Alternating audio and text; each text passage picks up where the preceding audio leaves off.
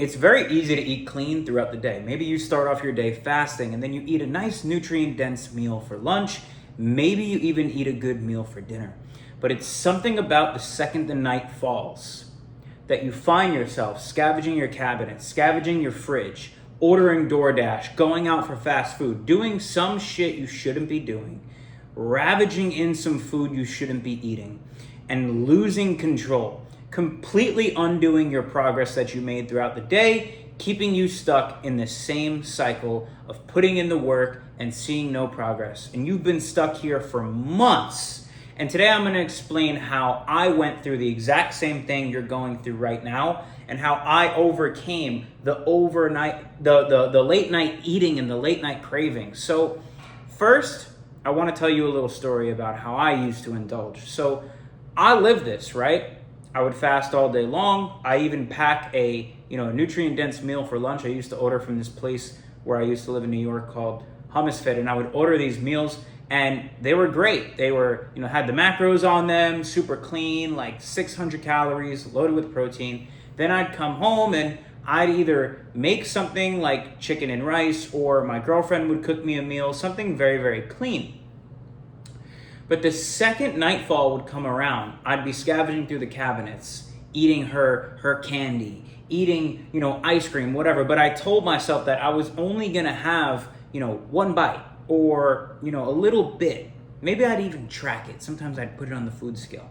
And the second I have the 1 or 2 bites of whatever I was eating, and I close the cabinet and I go to walk away, it's like that fucking candy is calling my name. And I would always reason with myself in that moment. Yeah, but you worked hard in the gym today. You burnt so many calories. It's probably completely fine for you to just go eat some more. So then I would do it, bro. I'd open the cabinet and I'd have like 2 more.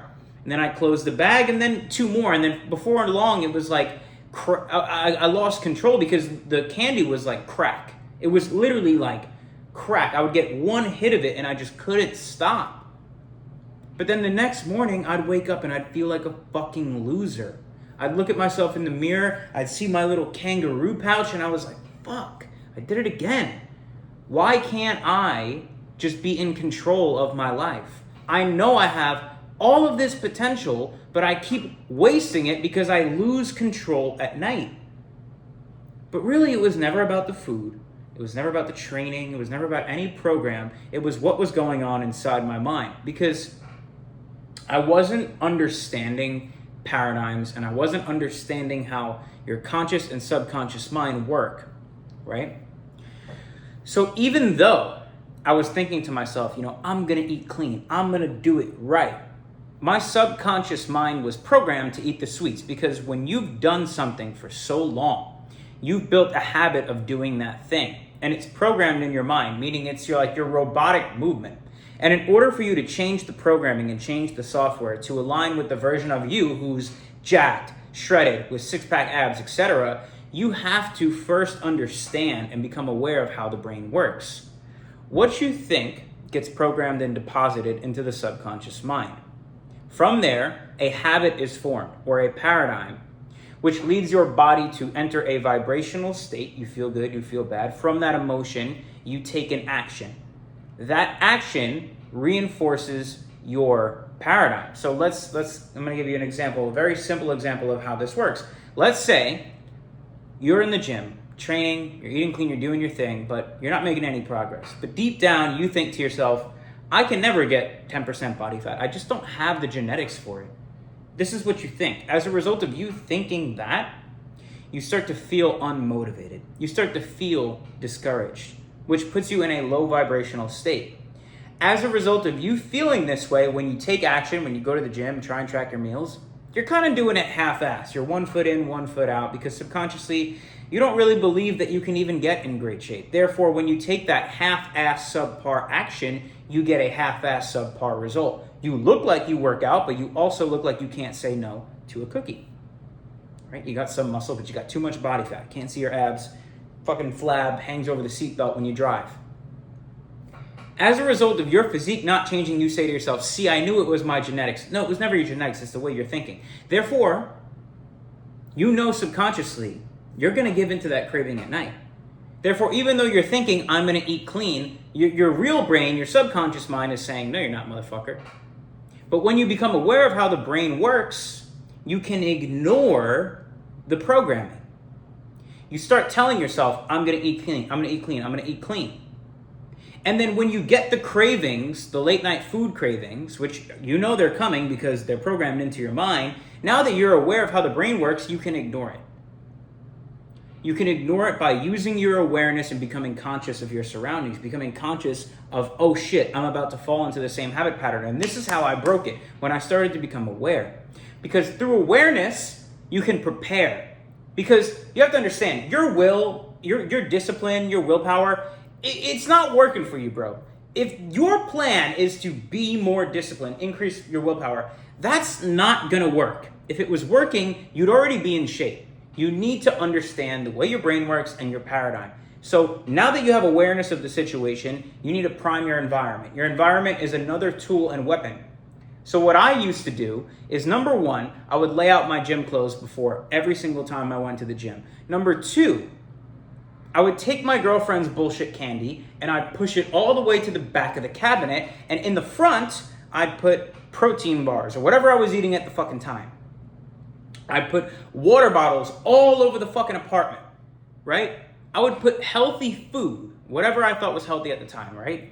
Whatever you want to eat, right? Whatever the right thing to eat is for you.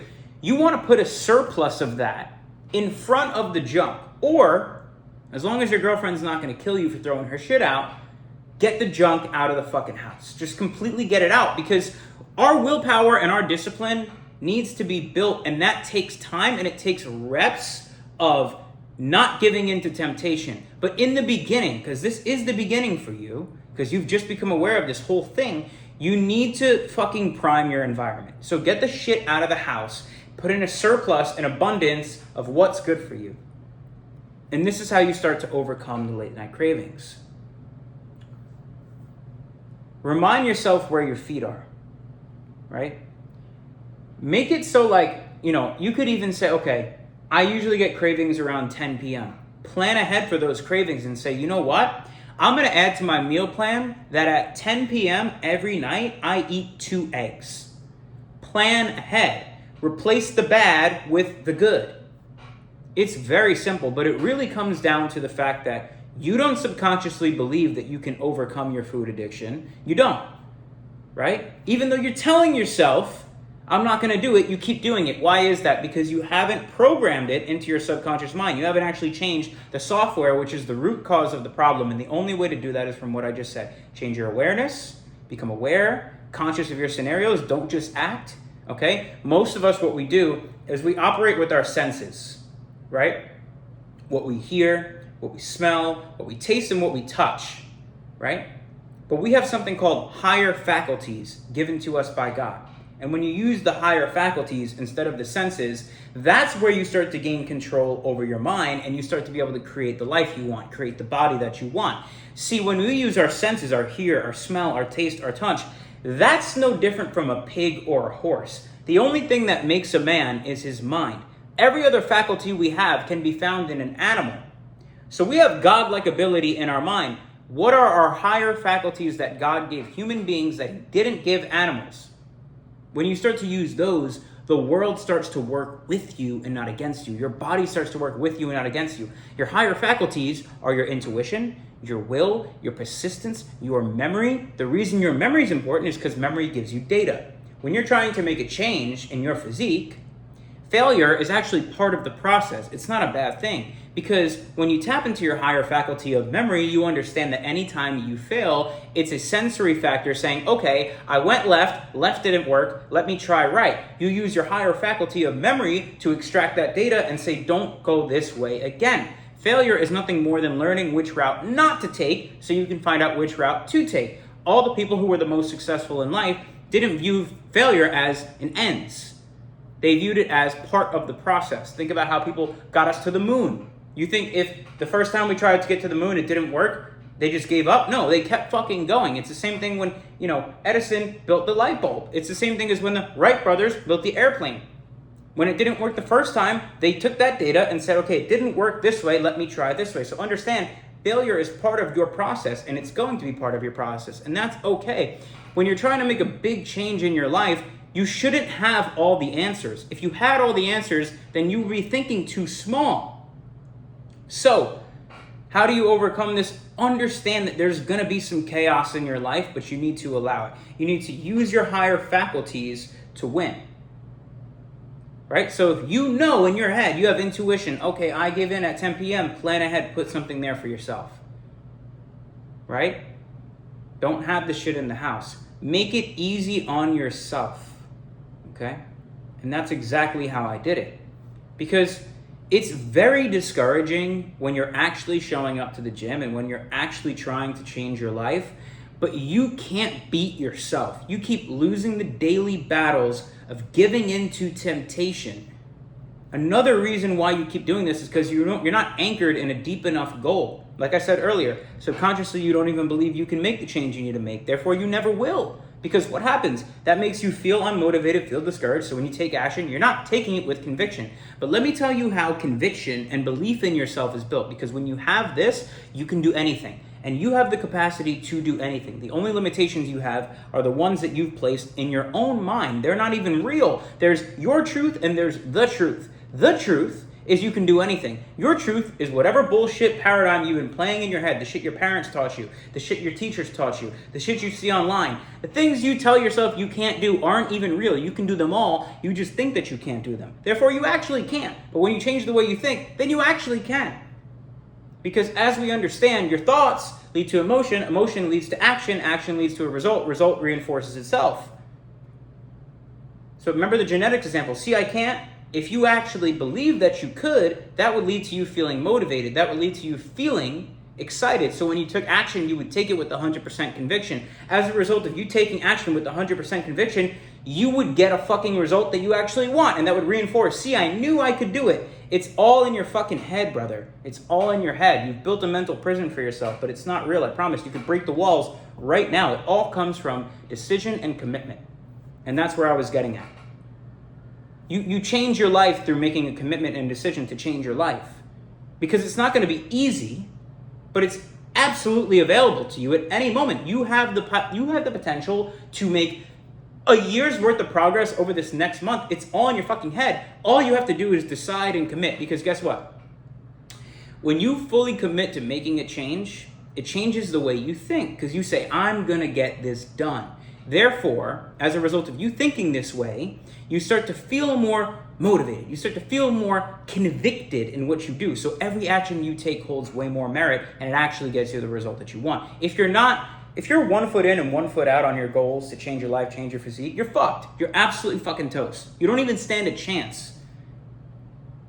So commit, and through commitment, belief is built. Because through commitment, you're not going to allow yourself to take failure or a no for an answer. Therefore, as long as you keep going, you can't fail.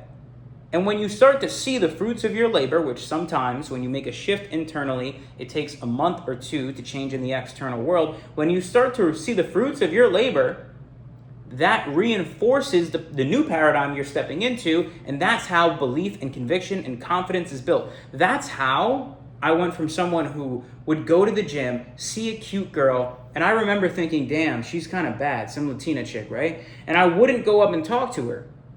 I would tell myself literally on the way to the gym, if I see my gym crush, I'm going up to her. And then I would see her and I'd fucking freeze.